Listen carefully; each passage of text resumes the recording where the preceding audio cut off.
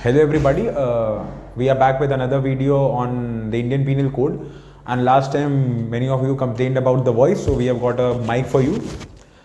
In this segment of the video we'll be discussing defamation, which is given under section 499 of the Indian Penal Code. We are living in a democratic country, and one of the striking feature of the democratic country is the free speech.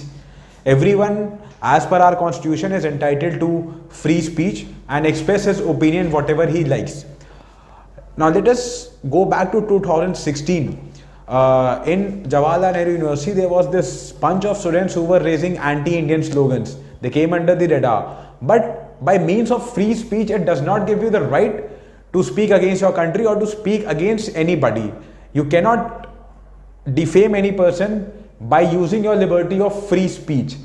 Now, defamation as defined under section 499 of IPC, but before that it's also important to know why it came into consideration. Why?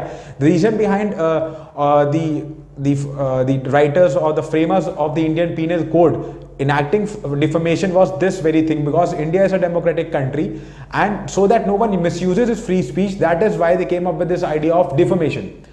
Defamation as defined in section 499 of IPC goes as follows: whoever by words either spoken or intended to be read, or by signs or visible representation, or by written words, intends or knows very well that his words or his speech is likely to harm the reputation of that person or anyone related to him, that will be defamation.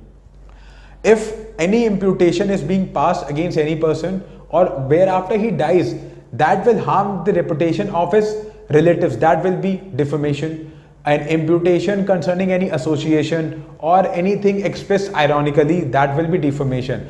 But it's important in defamation that whatever has been expressed in the light of the persons who have the basic understanding or who are normal enough, they also, if it is made in respect of that person should also be heard by that.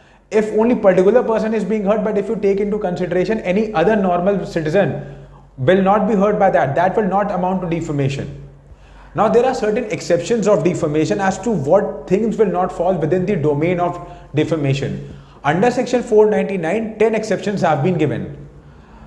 The very first exception states that imputation which is required for public good. Now if any imputation is made for the welfare of the public, that will not be defamation. The second talks about the public conduct of the public servant.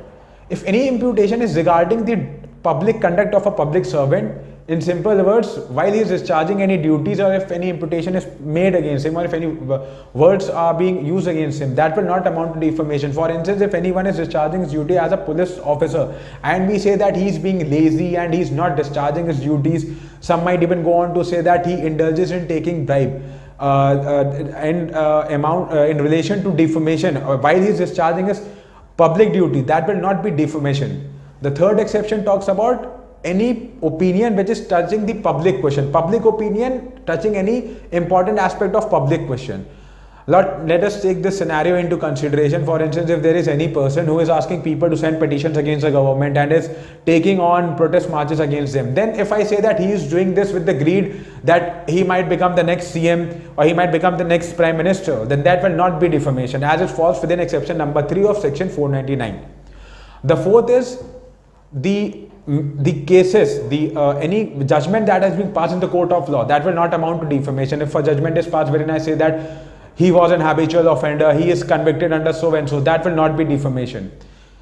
The next exception is during the course of trial, if any evidence or any witness comes and we pass any imputation or any statement, that will not be defamation. But what is important to note over here is that if any trial is going on and I say that I guess this person is he's being very vague, because the trial, the evidence that he's giving on trial is very contradictory. It is not in relation to the matter that is pertaining. He is being very stupid over here, so that will not be defamation. But if I made this presumption, oh, I know him to be a very stupid person, whatever evidence he is going to give in the trial will be absolutely useless in the course of the judgment passed by this honorable court. Now this will be defamation, because I have already made up my mind that he is stupid, whereas I say that he is giving the evidence and this is absolutely vague, that will not be defamation.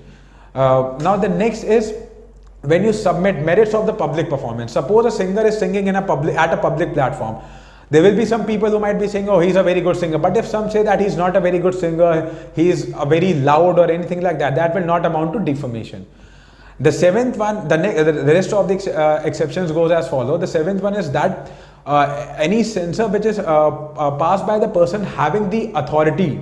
For instance, if the parent of a child passes any censor as regards to his child in respect of the other children, that will not be defamation. Now 8, 9 and 10 are very similar to each other. The 8 talks about that if I am doing an accusation which is preferred in good faith, for my interest as well as for the interest of others.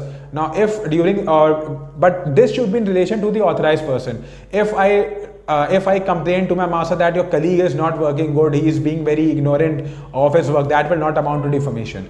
The next one, that is the 9th one, and the 10th are very similar, because both of them say that if we try to intimidate any person regarding the nature of any person, that will not be defamation. If I say that this person, if you want to trade with him, make sure that you have an agreement because he is a very dishonest man, that will not be defamation. Similar goes the 10th exception, whereas any censor is passed in good faith, not only for your benefit but for the benefit of others also. There are certain important things to be kept in mind, like if a judge is passing any judgment during the course of his official duty. Now he states that this person is a habitual offender and he did this and this thing, was convicted of this and this offense, and he uses like he is a murderer and this, that will not amount to defamation. Similarly, an advocate, while arguing any case, says that the opposite party so and so is habitual when it comes to doing fraud, and that will not amount to defamation. Now defamation cannot be in respect of a particular community. There is a thing, for instance, if someone publishes an article that all the advocates are brokers, they are dalals, that will not amount to defamation. But in respect of the community, if it is being used, that will amount to defamation. For instance, there was a case of Shatrughan Sinha wherein it was said that Marwadis do not love their country. That will amount to defamation because it is defaming a particular community.